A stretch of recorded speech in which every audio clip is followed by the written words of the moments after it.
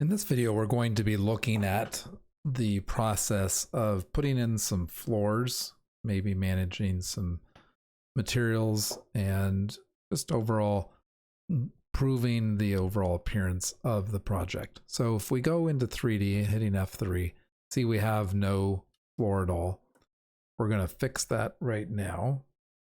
And to do that, we're going to go up to the slab tool. There's a favorite for concrete slab.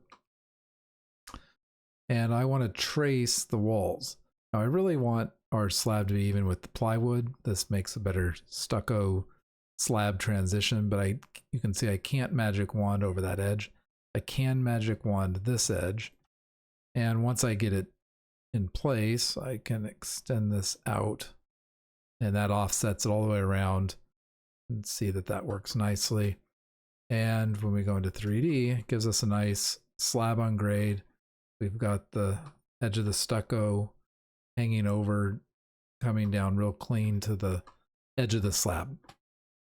And if you're in a hurry and you want to just get the look of a floor without modeling the thickness of the floor, one way to do this is just to go to override the top surface. And I have a Masterworks, not framing, I want Masterworks, flooring, wood. That gives us a nice wood surface on top of the slab, but it has no thickness because it's literally just a bitmap laid over the top of the slab, which at the beginning of the project, that's a great approach. But what I want to do here is ultimately to put in floors that show the thickness. Now, some people will do this with composites. I find that that is a challenging thing to do because every room has a different floor and you really don't want to create a bunch of individual slabs for your floors. So the approach I take is to take another slab, and this is using wood floor, and let's see what the surfaces are. Yeah, so it's the same surface. It's sitting on, it's 3/4 inch thick. It's sitting above the zero plane, which is the top of the slab. It's another reason I like to do this because it gives us a nice reference point for all of our elevations. So if I go into 2D, you can see I'm getting a big black blob, which is not what I'm really wanting.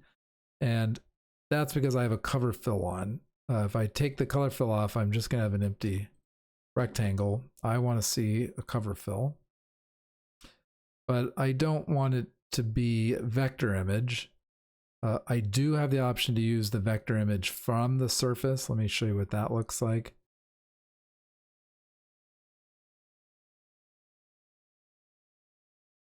So this is the vector fill associated with the wood surface. So let's just dig into that so we make sure you understand.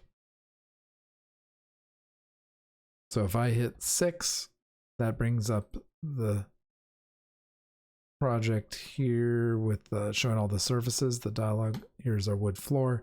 This is why I'm seeing those parallel lines. And if I want to control the pen, I can use this pen here. Do note, however, that often that is overridden by the pen here. You gotta be a little careful because if I want that to be a nice subtle gray, no, that's a good look. There's nothing wrong with that at all. But I want to show you how to make it a little bit more dynamic. I think the best way to do that is to create a fill. I'm gonna hit 2. And there is something called an image fill. And we have wood floor here. And here I actually have it loaded. So I'm cheating. So let me show you how I know what to load. If I go back into this wood floor for Masterworks, this is the file name right here, floorboards. I can browse, see where it's pulling that from. It's pulling it from the ArchiCAD 23 surface, flooring, wood floor, blah, blah, blah. And it's 10 by 10. So those are good things to note. When I create the fill, and mine's already set up. But let me delete it and show you how I would set this up. So I would go new, image fill, wood floor.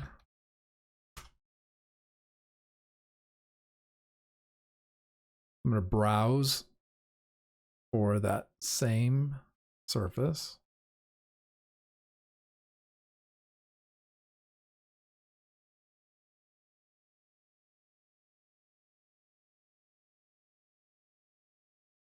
Make sure this is the same scale. Make sure we have cover fill as an option here. Hit OK. Now that wood surface is a fill option, so when we go to the cover fill, we don't want to use the one from the surface. We're going to use this one. Now you can see that I've got my nice wood floor here, but when I go to 3D, these boards are going lengthwise and my cover fills are going horizontally. So we want to go back into the fill pattern. And I want to change the orientation of that. Great. So now I have a floor that looks the same 2D and 3D. And we can now scale this or drag these edges around.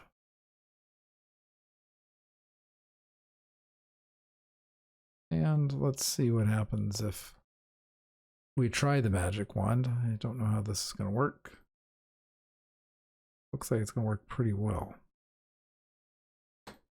Boom. Nice.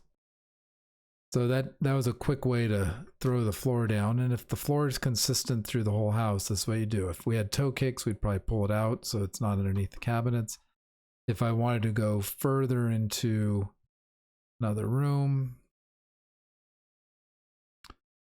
my preference is to use the plus with rectangles, and I just kind of keep building my rectangles. Then I get a single fill that runs all the way through, and you can just keep doing this. And then if you want to do a different material in the bathroom,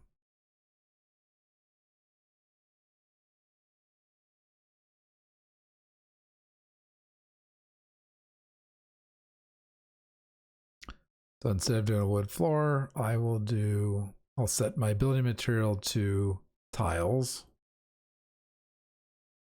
And I'll set this to flooring tile.